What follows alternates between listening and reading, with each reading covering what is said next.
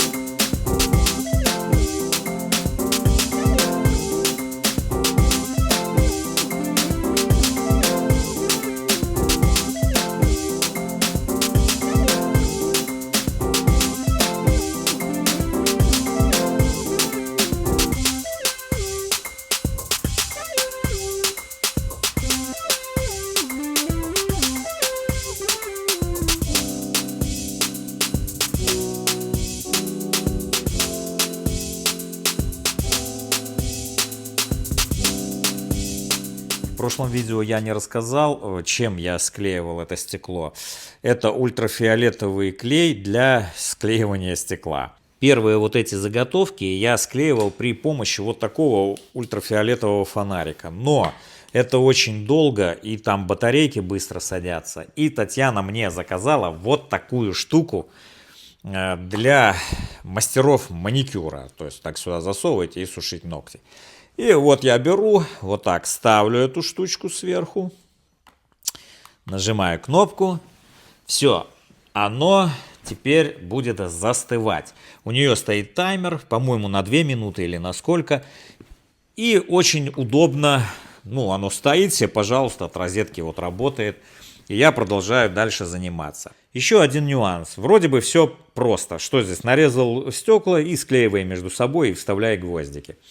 Но получилась такая ситуация, вот у меня несколько деталей, все я делал, как и все остальные, но когда я подносил их под лампу, ставил, так же, как и вот эти, и на момент застывания они просто лопались, не знаю, верхнее или нижнее стекло. И на следующий день прихожу, несколько штук, вот конкретно вот это одно стекло, оно появилось это на следующий день. Не знаю, с чем связано, может клей стягивает, здесь же надрез идет, и, наверное, оно просто лопается. Все-таки вот эти стекла, они не вплотную прилегают все прям друг к другу, где-то есть немножко зазор.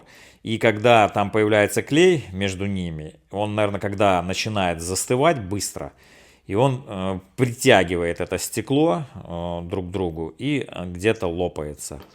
Так что вот казалось бы, что здесь сложного, а такие вот моменты все нужно тоже будет учитывать.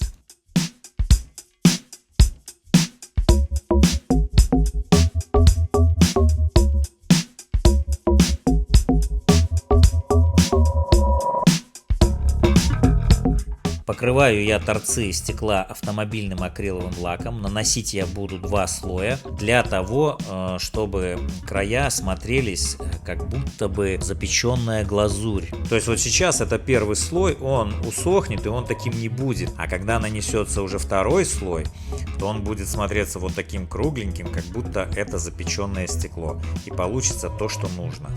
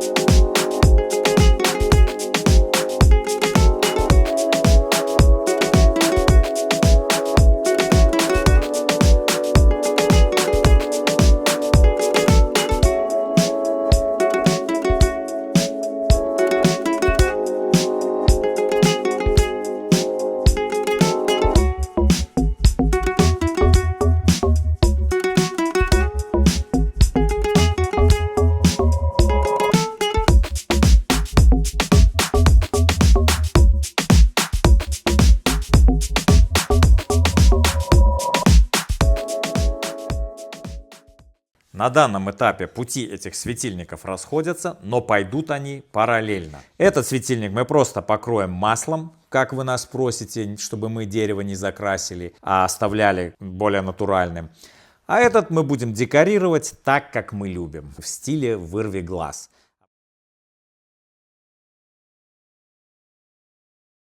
Понимаешь, мы же с тобой про сетку говорили. Что это такое вообще? Какая сетка? Почему появляются эти квадраты? Откуда? Зачем? Я говорю о больших ромбах на общем полотне. И их надо распределить в соответствии с этими кругами. Как-то. Вот это задача. Выбрать угол. Так, хорошо, вот. Они должны быть большие. Все, мне просто я думал, что... И они должны быть, ну, то есть, вот, допустим, раз ромб, два ромб, три ромб, и здесь вот два ромба. Ну, так это можно также сделать, только маленькую сетку, понимаешь? И они будут Не вот такими. понимаю я. Вот это вот мне не нужно. В общем, чтобы мне дошло, размер этих ромбов примерно вот такой ширины.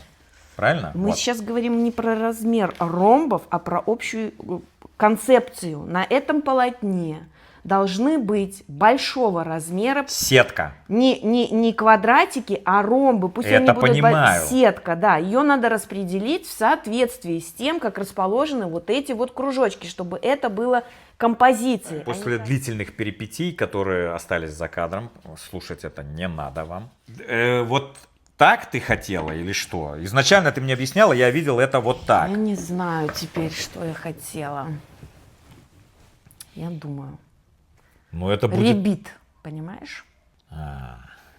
Типа слишком... Угу. И круги, и ромбы. Давай тогда так, я сейчас отшлифую и сделаю крупнее ромбы. Разнесу чуть-чуть крупнее. А как ты это сделаешь? Возможно ли здесь это? Нет, ромбы нет. То есть мы не ромбы делаем? Мы не ромбы делаем. А что мы делаем? Надо думать. Просто это очень ребит, понимаешь? Это прям будет, ну, смотреться это просто будет как грязное пятно. Здесь нету ни акцента, мы ничего не выйдем, все потеряется, все смешается в кучу. Это будет некрасиво. Так что же мне делать тогда, скажи ты мне, человек? Надо думать. Потом третий пигмент и четвертый пигмент. То есть вот ровно в такой очередности. Желтый должен быть у нас предпоследним. Здесь у нас идет подложка, которую мы выберем цвет. Это будет либо черный, либо темно-темно-зеленый, либо темно-синий. Ну, наверное, я понял, не знаю. В итоге опять придется орать. Ну, перед тем, как ты будешь делать, ты меня позови, мы еще раз сверим часы.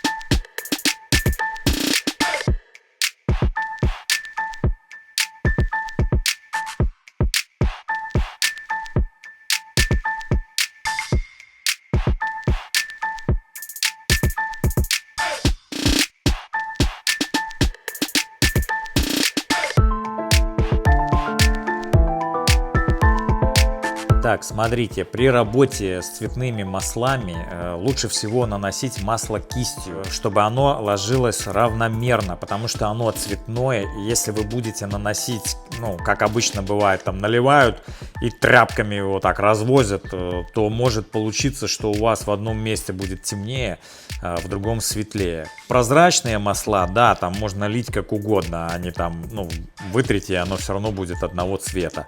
А цветные масла, они лучше всего кистью равномерно наносить. Ну вот, у нас высохло масло, смотрим, что получилось.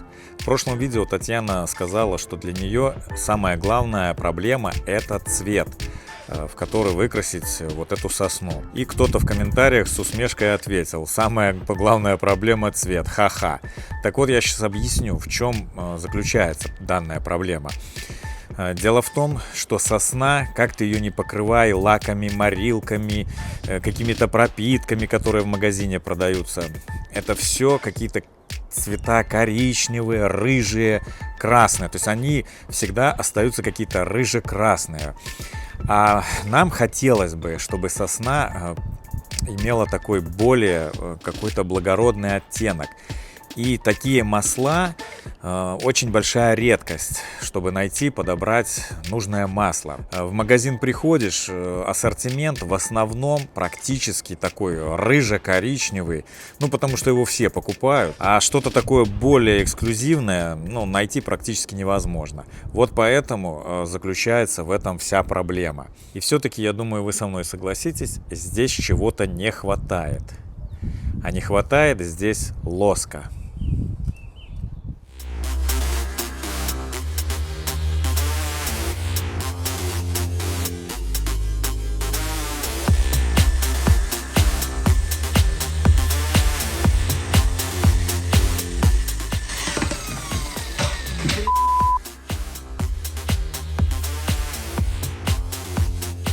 После нанесения воска и его полировки мы видим, что у изделия появился лоск. И он выглядит не как будто вымазан маслом каким-то моторным. Удалось мне исправить уголок, подклеить без всяких каких-либо последствий. Ничего там не видно. Он откололся одной деталью. Не тремя, как бывает, а вот одной. Так что все нормально. Повезло, можно сказать.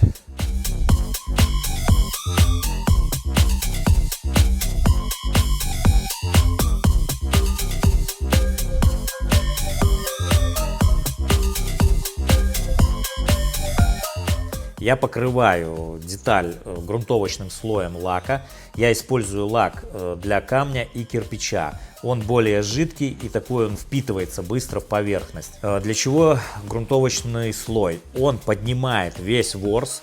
Даже после того, как вы отшлифовали заготовку, он все равно ворс поднимет. И потом этот ворс нужно будет опять сошлифовать.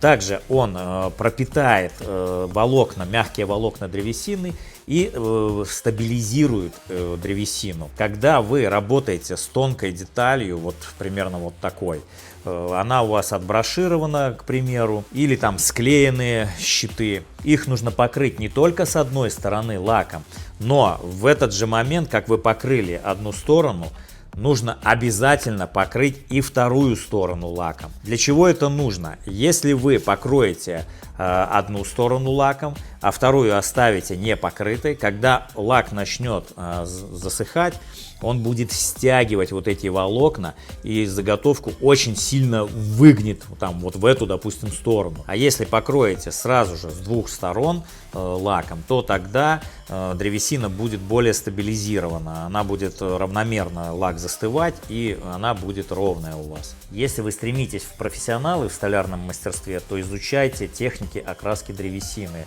Изучайте работу с лаками, морилками и другими красками. Не зацикливайтесь только на покрытии разными маслами. Да, это легко, быстро взял, налил сколько угодно, промазал губкой и все, и получили эффект. Но не всегда в изделиях нужно масло, иногда нужен лак. И глубокие познания в лакировке древесины вам всегда пригодятся.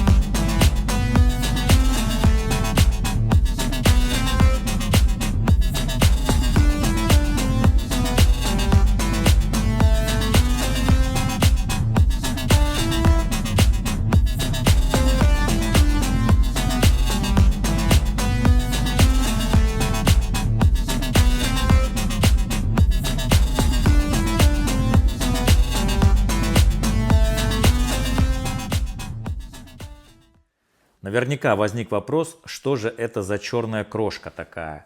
Это стекловидный литейный шлак. Он образуется в металлургии, когда льют там металлы. И его потом дробят и добавляют в цемент, чтобы была лучше прочность цемента.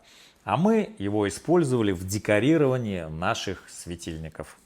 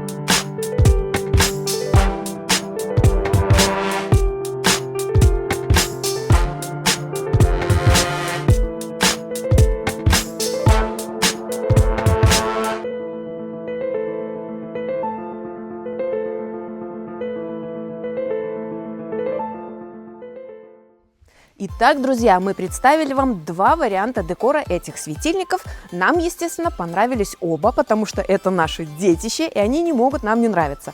Но нам очень интересно, какой вам понравился больше всего.